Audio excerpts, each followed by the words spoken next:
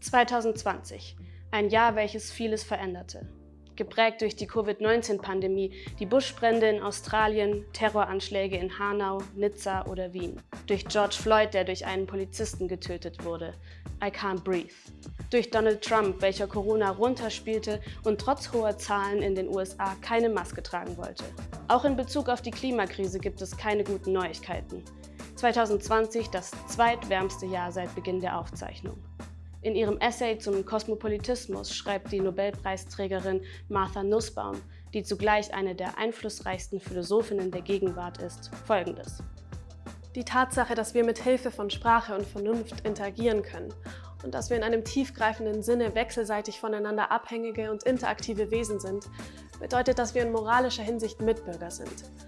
Und zwar insofern, als die Verletzung eines Weltbürgers von jedem anderen begriffen werden und ihn zu angemessenem Handeln motivieren kann. Unwissenheit, räumliche Distanz, Stumpfheit und verschiedene künstliche Unterscheidungen trennen uns. Aber unsere menschlichen Fähigkeiten sind so beschaffen, dass sie uns im Prinzip zu Mitgliedern einer globalen, moralischen Gemeinschaft machen. Jedes Kind könnte in einem beliebigen Land geboren worden sein und eine beliebige Sprache sprechen. Ereignisse in anderen Nationen sind für uns als Ereignisse verständlich, die Mitglieder unserer Art betreffen.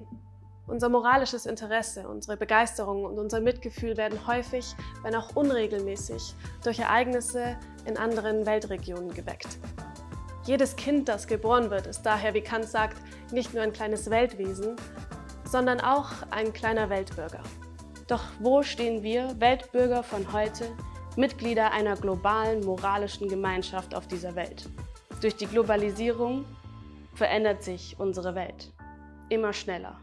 Der technische Fortschritt und die Digitalisierung beeinflussen die Lebensbedingungen der Menschen weltweit. So kommt es immer häufiger, dass Prozesse in einem Land sich auf die ganze Welt auswirken können. Die gegenwärtigen Herausforderungen betreffen, wenn auch in sehr unterschiedlichem Maße, die gesamte Erde. Der Klimawandel ist heute nicht nur eine Naturkatastrophe, sondern zugleich ein soziales Desaster. Wir Weltbürger peilen nicht den Kurs nachhaltiger Entwicklung, sondern die Zerstörung unserer einzigen Lebensgrundlage an. Wir haben doch so viele Meere, da wird man durch Überfischung doch nicht gleich zum Verbrecher. Und wen interessiert es, wenn eine lästige Insektenart nach der anderen ausstirbt? Wir wissen, dass wir uns selbst ausrotten, aber spielen auf Zeit.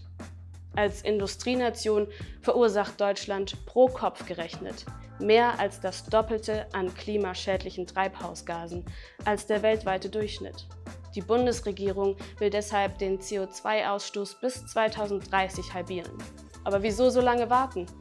Die ständig steigenden Gewinne und die Hoffnung auf einen erlösenden Deus ex machina besiegeln das globale Schicksal. Interaktion zwischen Bürgern ist für Nussbaum ein wichtiges Kriterium eines Weltbürgertums. Doch wie sieht das in der Realität aus? Immer mehr Formen technischer Kommunikation und Medien regieren unseren Alltag, in die wir flüchten können. Dass wir Menschen untereinander agieren, reagieren und gegenseitig verbunden sind, zeigt, dass wir zusammengehören. Schon von klein auf fangen wir an, aufeinander zu achten, Mitgefühl zu spüren und gemeinsam voranzugehen. Nussbaum betont hier, dass dies alle betrifft. Jedes Kind, das geboren wird, sieht sie als Weltbürger an. Es werden keine Unterschiede aufgrund Abstammung und Herkunft, sozialer Klasse oder Geschlecht gemacht. Und doch sind soziale Ungleichheit und Migration ein sehr präsentes Thema. Sprache und Vernunft nennt Nussbaum als Hilfsmittel, um aus moralischer Hinsicht als Mitbürger, als Weltbürger zu gelten. Kinder werden somit eigentlich mit der Anlage zum Kosmopolitismus geboren, welchen sie dann durch den Spracherwerb und das Ausbilden von Vernunft auch tatsächlich leben können. Im Gedanken des Kosmopolitismus werden räumliche Begrenzungen überschritten und alle Menschen zum Teil einer globalen Gemeinschaft.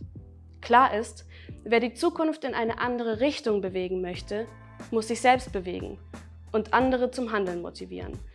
Denn wie Martha Nussbaum sagt, wir sind wechselseitig voneinander abhängige und interaktive Wesen. Das bedeutet aber auch, dass der Mensch anfangen muss, sich als wichtigen Teil einer Welt zu sehen, in der er verantwortlicher Weltbürger ist.